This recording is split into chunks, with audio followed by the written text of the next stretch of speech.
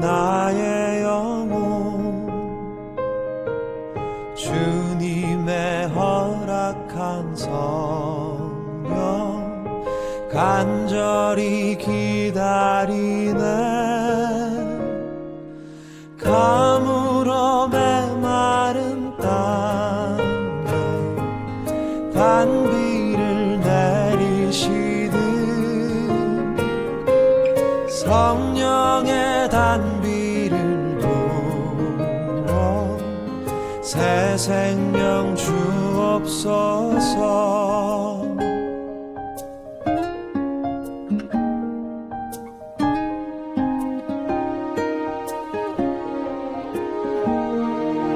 반가운 빗소리 들려 산천이 춤을 추네.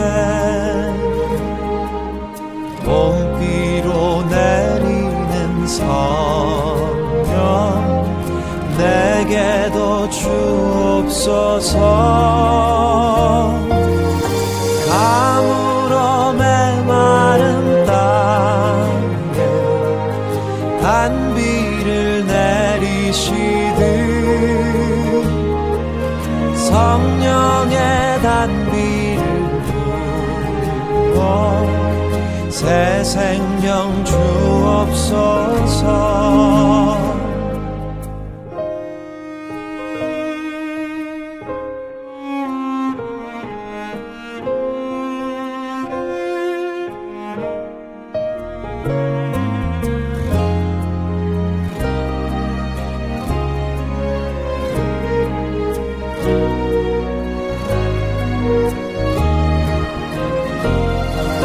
참되신 사랑의 언약 어길 수 있사오랴.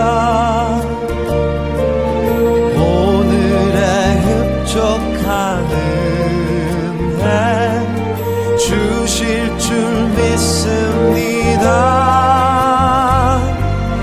가물어 메마른 땅에 단비를 내리시듯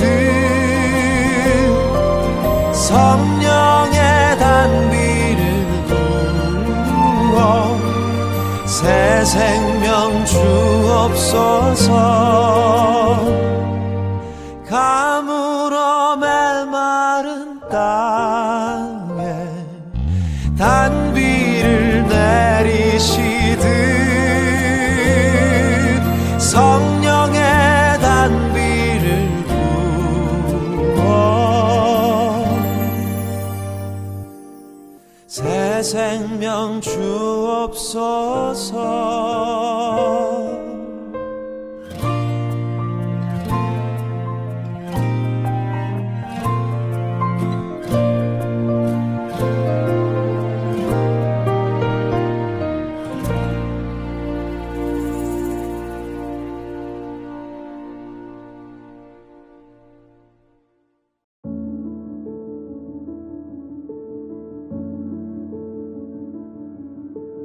그때 바리새인과 서기관들이 예루살렘으로부터 예수께 나와 이르되 당신의 제자들이 어찌하여 장로들의 전통을 범하나이까? 떡 먹을 때 손을 씻지 아니하나이다. 대답하여 이르시되 너희는 어찌하여 너희의 전통으로 하나님의 계명을 범하느냐? 하나님이 이르셨으되 내 부모를 공경하라 하시고 또 아버지나 어머니를 비방하는 자는 반드시 죽임을 당하리라 하셨거늘 너희는 이르되 누구든지 아버지에게나 어머니에게 말하기를 내가 드려 유익하게 할 것이 하나님께 드림이 되었다고 하기만 하면 그 부모를 공경할 것이 없다 하여 너희의 전통으로 하나님의 말씀을 폐하는도다. 외식하는 자들아, 이사야가 너희에 관하여 잘 예언하였도다. 일렀으되 이 백성이 입술로는 나를 공경하되 마음은 내게서 멀도다. 사람의 계명으로 교훈을 삼아 가르치니 나를 헛되이 경배하는도다 하였느니라 하시고 무리를 불러 이르시되 듣고 깨달으라. 입으로 들어가는 것이 사람을 더럽게 하는 것이 아니라 입에서 나오는 그것이 사람을 더럽게 하는 것이니라. 이에 제자들이 나와 이르되 바리새인들이 이 말씀을 듣고 걸림이 된 줄 아시나이까? 예수께서 대답하이르시되 심은 것마다 내 하늘 아버지께서 심으시지 않은 것은 뽑힐 것이니 그냥 두라. 그들은 맹인이 되어 맹인을 인도하는 자로다. 만일 맹인이 맹인을 인도하면 둘이 다 구덩이에 빠지리라 하시니 베드로가 대답하이르되 이 비유를 우리에게 설명하여 주옵소서. 예수께서 이르시되 너희도 아직까지 깨달음이 없느냐? 입으로 들어가는 모든 것은 배로 들어가서 뒤로 내버려지는 줄 알지 못하느냐? 입에서 나오는 것들은 마음에서 나오나니 이것이야말로 사람을 더럽게 하느니라.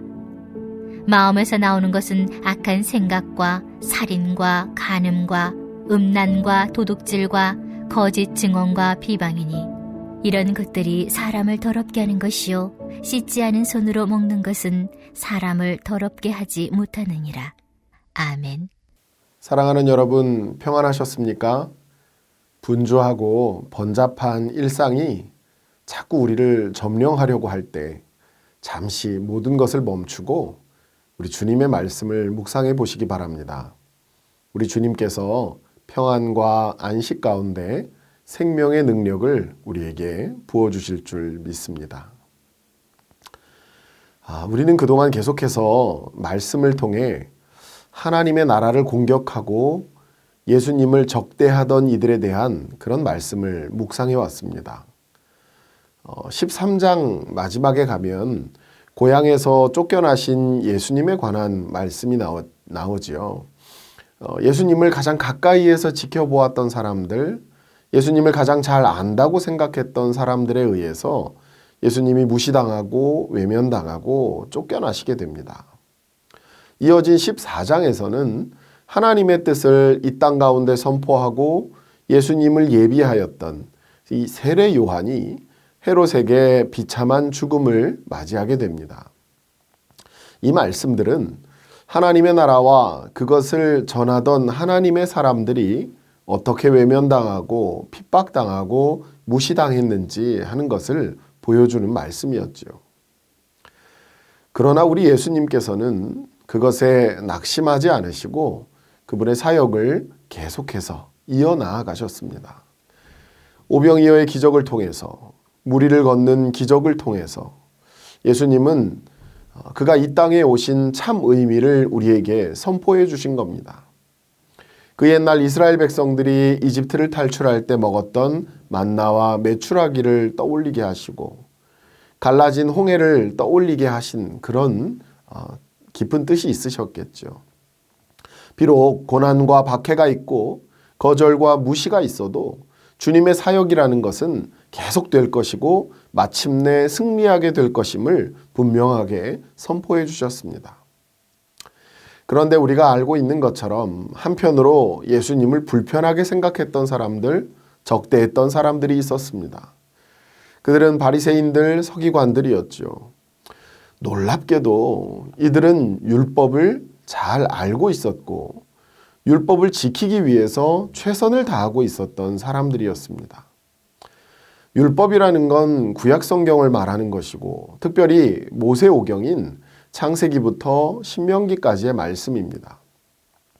그들은 이 말씀을 누구보다 잘 알았기 때문에 어쩌면 이 오병이어의 사건이나 무리를 걷는 그런 사건들에 담겨진 깊은 의미를 먼저 깨달을 수 있었을 것입니다. 그런데 이들이 예수님의 선포를 받아들이기는커녕 예수님을 가장 미워하고 적대했다는 거죠. 말씀을 가장 잘 아는 사람들이 오히려 예수님을 가장 반대하는 사람들이 되었습니다. 우리는 말씀대로 사는 것이 무엇보다 중요하다고 생각합니다. 그런데 왜 말씀대로 살려고 했던 사람들이 선한 열매를 맺지 못하고 오히려 예수님과 사사건건 부딪히게 되었을까요? 무엇이 문제였는지, 또 말씀을 온전히 따른다는 것이 무엇인지 오늘 저와 함께 같이 묵상해 보기를 소원합니다. 예수님께서 놀라운 이적을 베푸시고 사람들을 고치시고 하나님의 나라를 드러내실 때 그 사람들이 주목한 것은 그런 예수님의 말씀이 아니었습니다. 그들이 주목한 건 그들이 중요하다고 생각하는 정결 예식이었죠. 그것은 오늘 말씀 이 1절과 2절에 나오는 그 내용입니다. 예수님께서 사람들을 고치시던 그때, 사람들이 예수님의 옷자락만 만져도 나음을 얻게 되는 그때에 이 바리새인들과 서기관들이 예수님을 찾아오게 됩니다. 이들은 예수님 근처에 있었던 사람들이 아닙니다. 예루살렘에 있었던 사람들이에요. 예루살렘과 예수님께서 사역하셨던 이 갈릴리 사이는 어림잡아도 한 150km 정도가 떨어져 있습니다. 하루에 30km씩 걷는다 해도 5일이나 걸리는 그런 먼 곳이었죠. 그 멀리에서 예수님의 소문을 듣고 지금 이들이 예수님을 찾아온 것입니다. 그런데 이렇게 먼 거리에서 찾아온 그들의 관심, 그들이 관심을 가지고 지켜본 건 예수님의 이적이나 예수님의 치유, 예수님의 말씀이 아니었다는 겁니다. 수많은 하나님 나라의 징표들이 일어나고 있던 그 자리, 그곳에서 이들은 그들이 지켜온 전통에 관해서 예수님께 물어봅니다. 당신의 제자들이 어찌하여서 장로들의 전통을 범하나이까? 이 장로들의 전통이라는 건 이 모세의 율법을 더 세분화해서 지켰던 일종의 전통적인 신앙 규칙 같은 것들이었습니다. 이들은 예수님과 제자들을 유심히 지켜보다가 떡 먹을 때 손을 씻지 않는 것을 보고 그것을 꼬투리 삼아서 공격하기 시작한 겁니다. 그들은 예수님의 기적이나 말씀보다는 오직 자신들이 생각하는 자신들의 신앙 전통에만 관심이 있었던 것입니다. 이러한 그들의 질문에 예수님께서는 다소 엉뚱한 대답을 하시지요.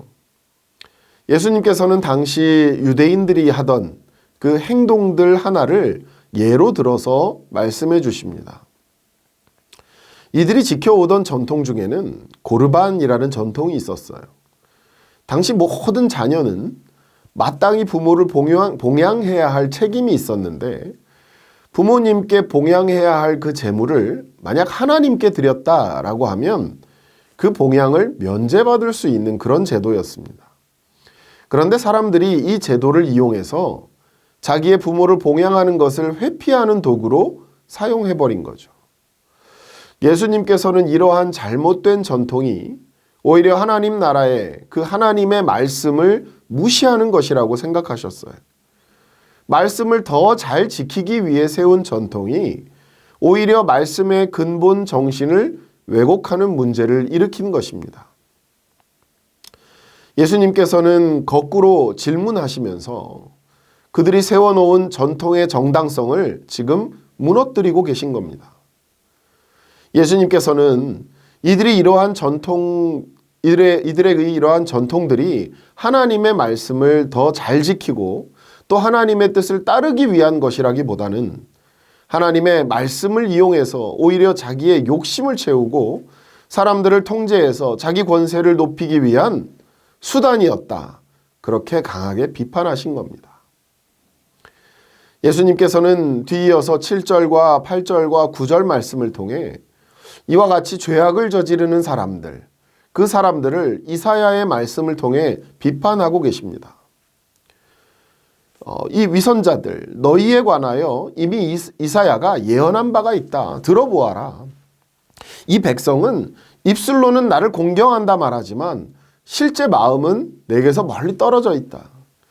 그들은 사람의 계명을 하나님의 것인 양 가르치고 나를 헛되이 경배한다.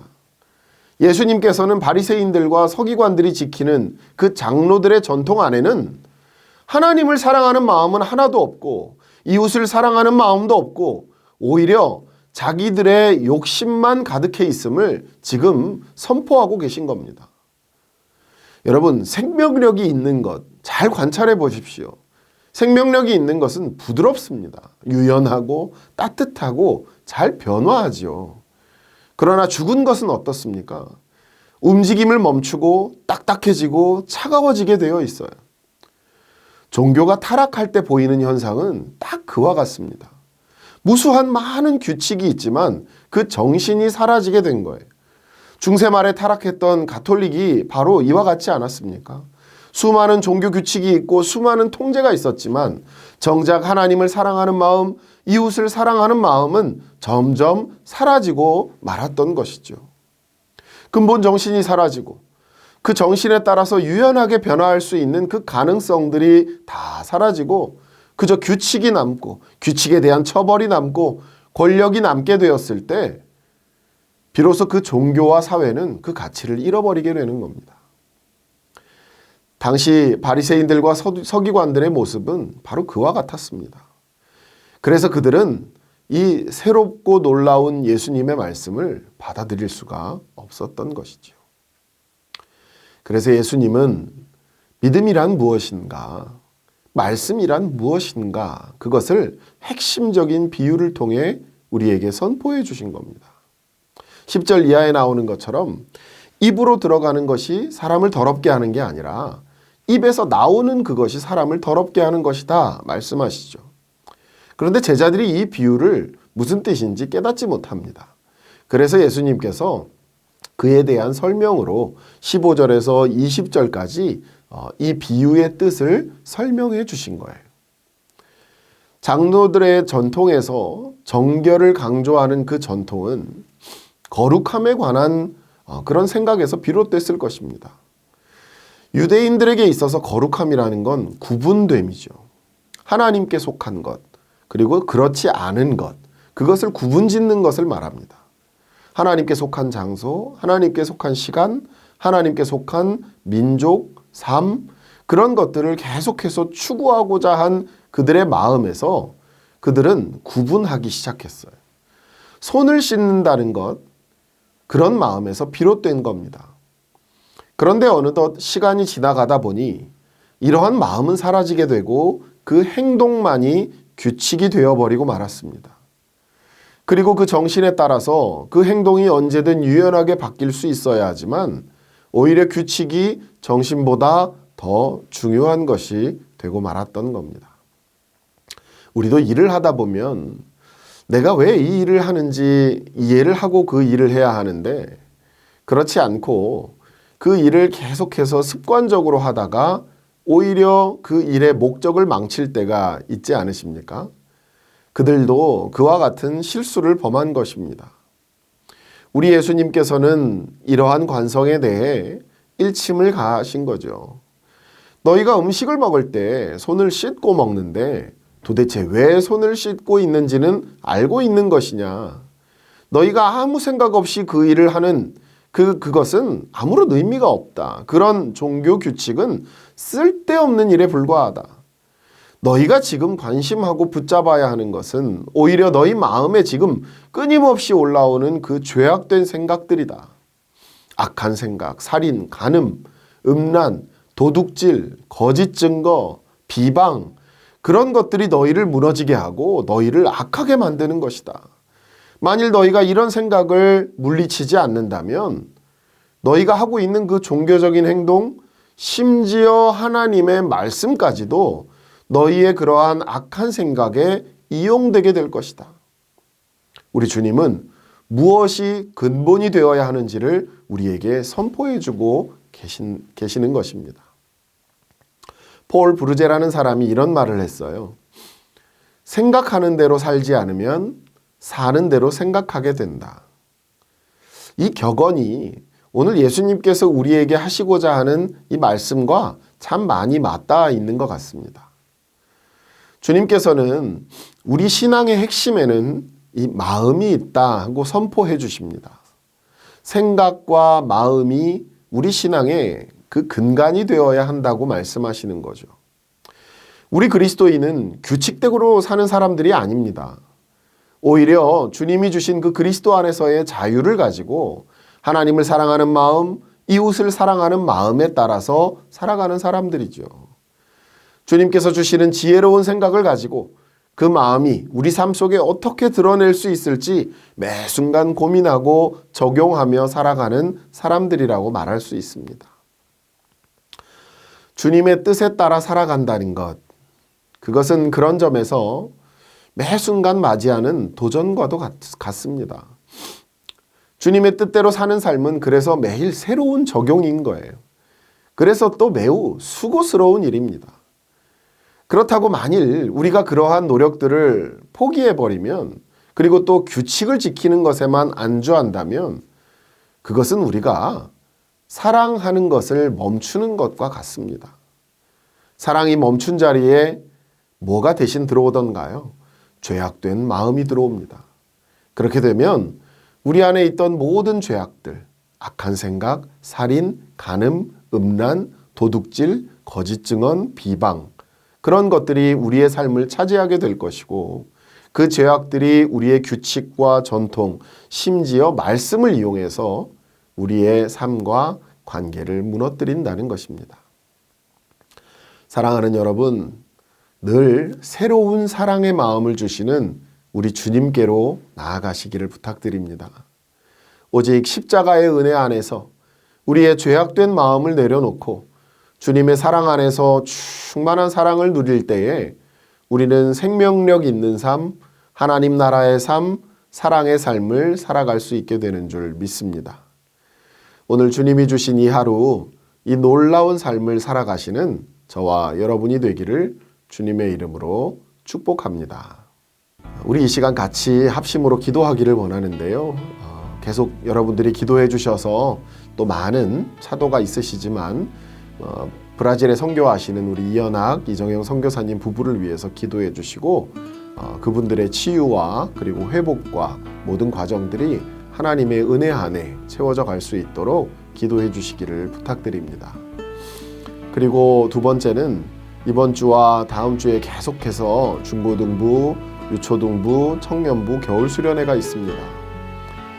우리 사랑하는 지체들, 자녀들을 위해서 꼭 기도해 주십시오. 날로 악해져가는 세대 속에서 우리 다음 세대가 믿음의 세대로 올바르게 세워져 갈 수 있도록 우리 모두가 함께 기도하시기를 간절히 소원합니다.